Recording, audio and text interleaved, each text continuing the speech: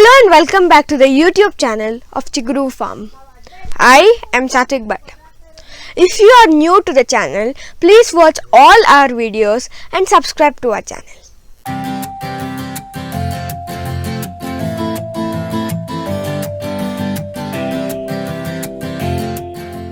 This is the first part of the interview with the founder of Chiguru Farm, Raghavendra Bhatt.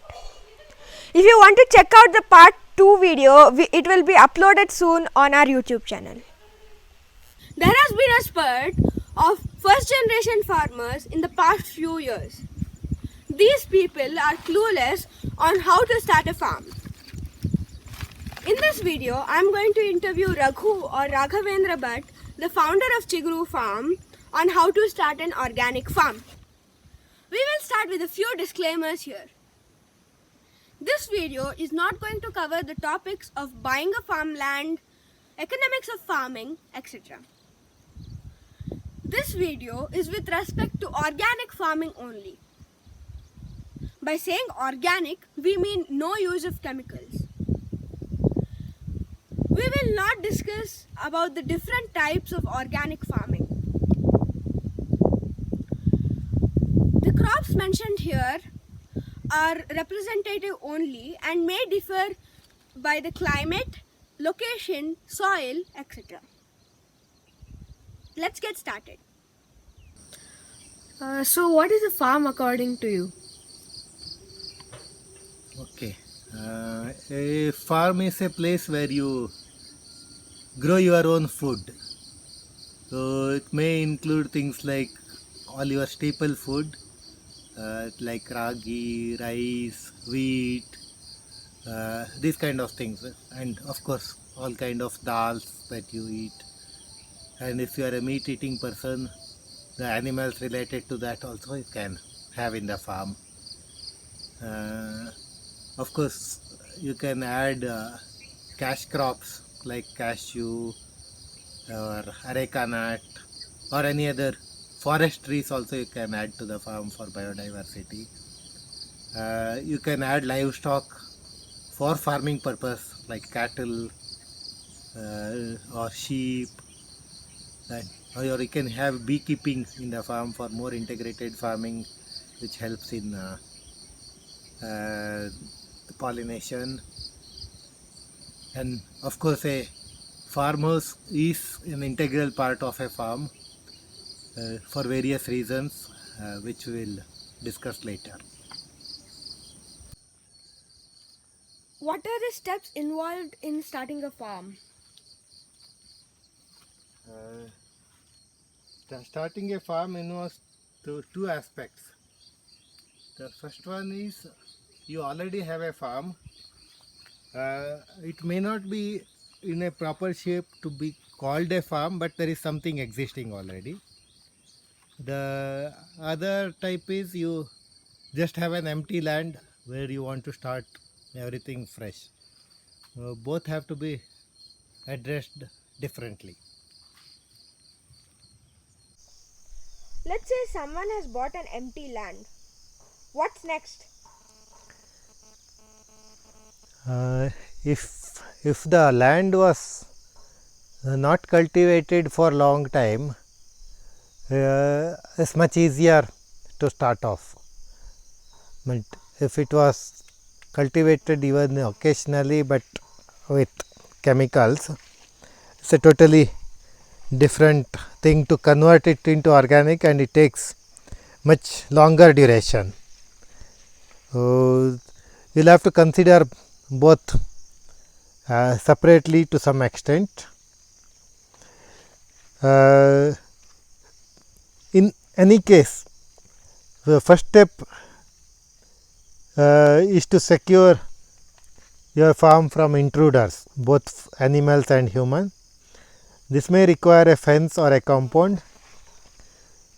The fence could be a simple live fence or a barbed wire fence or solar electric fence, depending on your location and the need. You will have to identify the right type of plants or trees for the live fence, as well as next to the fence and along the pathways. Most popular ones are the timber trees like teak or mahogany, whereas it is wise to add plants like Lyricidia, Moringa, Adulsa, Mehandi and all, which are useful as green manure, cattle fodder or pest repellent. Next step is about water security. If you already have proper irrigation facility, that is, you have an irrigated land, you are lucky. But it comes with its own set of issues, as you will be forced to grow certain types of crops like sugar cane, etc. If it's a dry land, you may have to think of options like open well, bore well, etc. for water supply, unless you just want to do rain fed farming. You will also have to plan irrigation methods like sprinklers, drip, etc. And of course, any kind of power supply required for them has to be thought about. Flood irrigation is a strict no-no in any dry land farming. Irrespective of the availability of water and irrigation facility, it's very important to harvest rainwater. This will include making swales and bunds and percolation pits as prevalent in permaculture. Making groundwater recharging ponds, borewell recharging, farm ponds, etc. is also important. This will need spending some time in your land walking around during rains to understand the water flow.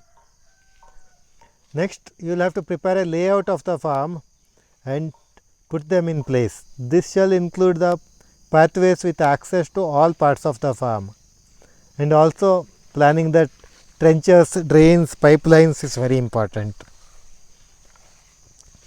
Should also try to understand what can be grown in your land. Normally you should have planned this before buying the land. If not, looking around in the locality will give you some idea. However, it may not be always a good idea if you have a go-to market plan, as you don't want to be just another player in the same market. So, it may be a good idea to get your soil and water tested to check the suitability of it to your primary crop. Preparation of land may be required when you have an empty land. If it is a hilly area, you may have to think of making different terraces depending on what you want to grow. I also would like to suggest you to go for a contour survey before starting off with anything. Although it may not be always required, it may be a good idea, so that it will give you the idea about the altitude, location, the water flow and everything. So, it also can be a good reference point for you at a later stage to try to understand how far you have come and what is the progress you have made. Thank you for watching and encouraging us. Hope you found this video helpful. See you all later in our next video.